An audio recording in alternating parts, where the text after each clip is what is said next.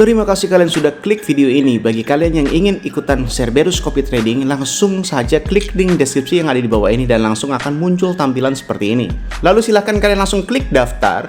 Bagi yang belum punya akun, untuk username itu bebas. Misalkan nama username-nya adalah pemula trading dan jangan lupa untuk di akhir username-nya diberikan @cerberus.com. Jika kalian tidak mengetik cerberus.com, maka akun Anda tidak akan bisa terdaftar. Untuk password silahkan kalian pilihkan sendiri. Untuk nama silahkan bebas. Untuk nomor handphone harus nomor handphone yang aktif karena jantung Cerberus Copy Trading itu ada di dalam nomor handphone. Jika nomor handphone berbeda, maka Cerberus Copy Trading tidak akan berlaku. Untuk kode referral bisa diisi atau bisa dikosongkan. Setelah kalian sudah mengisi semuanya, bisa langsung kalian klik register dan akan muncul tampilan seperti ini. Untuk mengaktifasi Cerberus Copy Trading, bisa langsung kalian WA admin terhadap nomor ini. Dan untuk biayanya adalah 4 juta rupiah untuk member reguler dan 40 juta rupiah untuk member eksklusif. Jika kalian ingin mengetahui simulasi profit tradingnya, langsung bisa kalian klik kalkulator Cerberus, masukkan modal dengan satuan dolar, klik 1000 misalkan, dan untuk jumlah harinya max 365, langsung klik hitung. Setelah itu akan muncul seperti ini dan scroll ke bawah. Nah, di sini adalah total profit bersihnya, yaitu totalnya adalah 3.293. Untuk info lebih lanjut, silahkan WA admin di nomor ini. Selamat menikmati materi di video kali ini.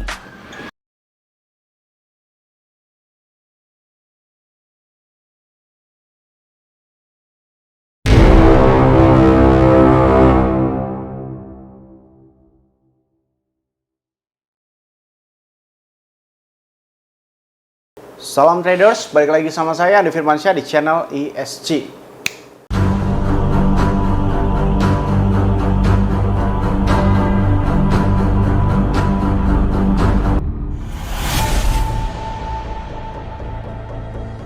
Oke, gimana kabar kalian? Masih aman? Saldo aman? Nggak rungkat ya? Nggak MC ya? Saya nggak expect ya bakal separah ini goncangan atau goyangannya ya. Kalau kalian bilang bahwasannya ini goyangan yang biasa aja atau goncangan yang biasa, itu salah besar ya. Kalian pakai time frame 1 jam, ini kita tuh dibanting-banting, dipontang-panting dari ke area 100.000, diturunin lagi ke 96, ke 100.000 lagi, diturunin ke 96.000. Asal kalian tahu kalau kalian pakai leverage 20 kali lipat itu pasti udah margin call ya. Di open posisi 100.000 terus di ke 96.000 itu udah pasti margin call, oke? Cerberus bagaimana bang? Ya tetap profit lah, gimana sih? Percuma dong saya trading sama 9 tahun kalau misalkan masih gak bisa dance with the market kayak begini. Untuk kemarin tanggal 5 itu 12% ya, itu cukup besar. Untuk yang tanggal 4-nya 15%. Untuk tanggal 6 sekarang nih, baru siang nih, pagi lah, baru jam 10, jam 11-an, jam 10 lebih lah ini ya. Ini udah profit sekitar 6% nih, bisa jadi nanti hari ini juga di atas 10% lagi. Oke, makanya kalau daripada kalian nyumbang ke market gak jelas gitu kan tiba-tiba. Kalau emang lu ngerasa bisa trading ya udah trading aja. Tapi kalau misalkan lu nggak bisa trading terus lu maksain duit lu sebanyak itu, misalkan contoh lu duit 100 juta lu paksain trading, gak bakal bener coy, gak bakal bener. Mendingan ikut Cerberus aja bro. Ini bukan sales atau kayak gimana, bukan. Ini kan gue ngejual kenyataan ya, real atau copy trading. Bukan jualan kelas, bukan jualan ludah ataupun bukan jualan konsep. Lo ikutan langsung dapat profit. Kalau masih yang bilang, wah ini cuma permainan doang, goblok berarti lu nggak ngerti konsep copy trading. Lu searching dulu deh, apa itu copy trading, baru komentar balik lagi ke sini ya. Lanjut, sekarang harga mencapai 97.400. Oh iya, kemarin signal gratisannya saya udah bilang ya bahwa saya akan ambil open posisi di area 98.000 dan 99.000 dan take profit sewajarnya saja. Lebih tepatnya di video ini. Jadi kita bakal ambil open posisi short ya. Saya akan ambil open posisi short di area sekitar 98.000 dan 99.000 besar. Area 100.000 ke bawah deh, area 100.000 ke bawah. Jadi 98, 99 ini saya anjurkan kalian untuk open posisi 10% ya, open posisi 10%. Kalau udah ke area sekitar 103.000 dan 104.000 kalian open posisi 10% lagi ya. Dan take profitnya yaitu nanti ke bawah sewajarnya aja. Kalian udah take profit 5%, 10% udah take profit aja. Oke? Dan seperti yang kalian tahu ya, video itu saya deklarasikan sekitar jam 9 malam. Nah, jam 9 malam ini Bitcoin itu masih di atas 98.000 atau bahkan ke 99.000. Dan titik low-nya itu berada di jam 6 pagi, berarti jauh banget ya dari jam 9 malam ke jam 6 pagi. Sekali lagi analisis saya benar kembali.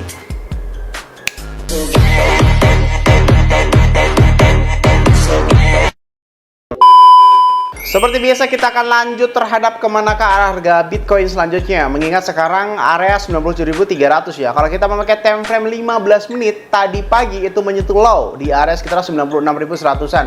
Dan itulah kenapa saya open posisi dan sudah profit di Cerberus ya, sekitar hari ini 6%. Ya karena saya open posisi di area sekitar ini. Area sekitar ini saya bangun jam 6, terus saya lihat wah ini udah lumayan nih bisa di open long nih, ya udah. Nah sebenarnya hari ini saya udah profit, coba kita analisis kemanakah harga Bitcoin atau bisa nggak kita open posisi lagi ya.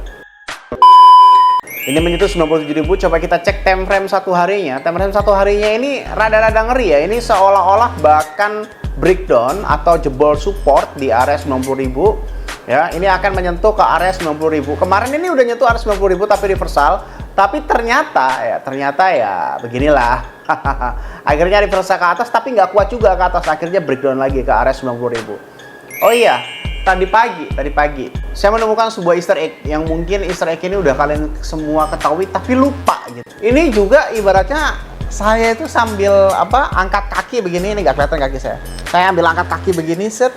Seandainya saya ngerokok gitu ya, mungkin saya sambil, karena saya nggak ngerokok, mungkin saya minum aja gitu kan. Saya jadi mikir gitu kan, Easter egg-nya kan, sambil minum gini, set gitu. Saya inget kembali Donald Trump pada saat pidato kemenangannya pemilihan presiden USA. Saya baru kepikiran, saya baru inget ada Easter egg yang mungkin kalian bisa tonton, atau lebih tepatnya tentang ini ya. Nih kalian bisa lihat.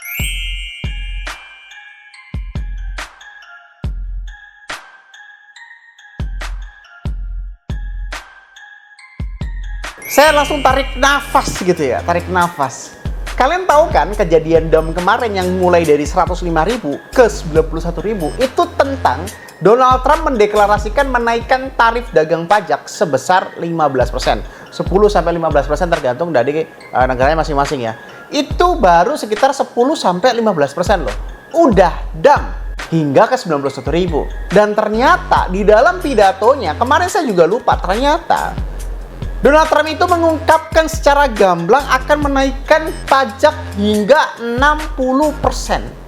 Ini saya langsung tiba-tiba mikir keras. Oh iya ya, ini Easter egg-nya ya.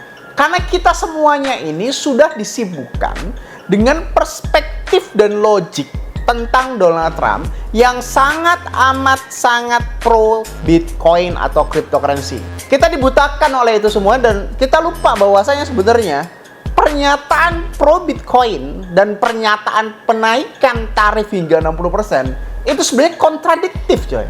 Yang nggak ngerti ya udahlah, lu nggak usah ngerti. Tapi ini gue jelasin secara bahasanya gampang banget ya. Lu boleh cari artikel dimanapun kalau pengen lu rinci, kalau emang lu merasa lu pinter gitu. Tapi kalau memang merasa bodoh, dengerin gue aja. Intinya kayak begini aja. Jika kemarin tarif dagang itu dinaikkan hingga 10-15% aja, udah efek Bitcoin crash dari 100.000 sampai ke 91.000. Apa kabar jika dinaikkan hingga 60% beneran tuh? Walaupun memang belum terjadi. Andai kata wacana itu benar terjadi, bisa jadi pasar saham di seluruh dunia itu bakal hancur dan crash, dan Bitcoinnya juga pasti bakal ikutan gitu. Pasti bakal. Emang niatnya baik sih, Donald Trump itu ya untuk memajukan ekonomi negara dan sebagainya gitu kan. Tapi ini bakal ngefek terhadap FOMC juga. Ketika pajak itu naik, otomatis barangnya naik. Ini perspektif pertama yang mau saya ceritakan ke kalian ya. Kalau pajak itu naik, otomatis barang yang dijual di dalam Amerika Serikat itu juga naik. Yang berefek terhadap yang kedua adalah penurunan daya beli masyarakat USA terhadap barang apapun di situ, karena memang udah mahal. Oke? Kayak gitu ya. Terus yang ketiga, biasanya FOMC akan menaikkan suku bunga bank. Karena apa? Terjadi pra-inflasi kalau kayak gitu kan. Terjadi pra-inflasi atau sebelum emang belum inflasi sih, pra lah. Efeknya FOMC itu bakal menaikkan suku bunga secara besar-besaran supaya orang itu nyimpan uang di bank dalam bentuk deposito dan menarik investor luar negeri karena memang suku bunganya gede. Jadi suku bunga itu apa sih bang yang di FOMC ya? Kalau misalkan lu nyimpan di bank, misalkan dapat 2% per tahun ya udah 2%, dapat 10% per tahun ya udah 10%. FOMC ini kalau naikin suku bunga ya udah bakal kayak begitu. Cuma tetap sebenarnya efek awalnya adalah si 60% itu tadi. Lo.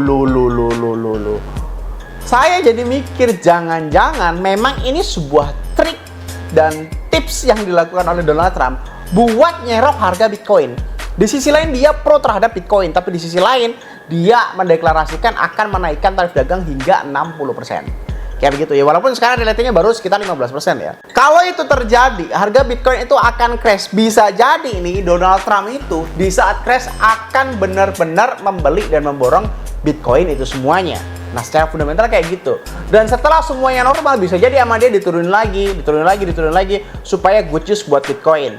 Jadi perspektif saya, hal itu mungkin saja terjadi di tahun ini, di Februari, Maret, atau benar-benar tahun ini bakal dan besar-besaran. Di saat itu Donald Trump dan Amerika Serikat itu menstok sebanyak-banyaknya Bitcoin dan akan memanipulatif sehingga orang-orang itu frustasi dan harga Bitcoin makin bawah. Setelah mereka pelurnya udah penuh, maka dia akan menggunakan powernya gitu kan, supaya harga Bitcoin naik lagi. Terus ada yang bilang bahwasanya, "Bang, lu bagaimana dengan China?" gitu kan. China kan nantang Amerika Serikat. Justru itu, mau Amerika ditantang sama China atau China juga nurut sama Amerika, tetap aja ceritanya bakal pada akhirnya Bitcoin akan crash. China nantang Amerika Serikat, terjadi perang dagang, crash dong dunia. Akhirnya Bitcoin juga dong, pasar saham dunia juga dong.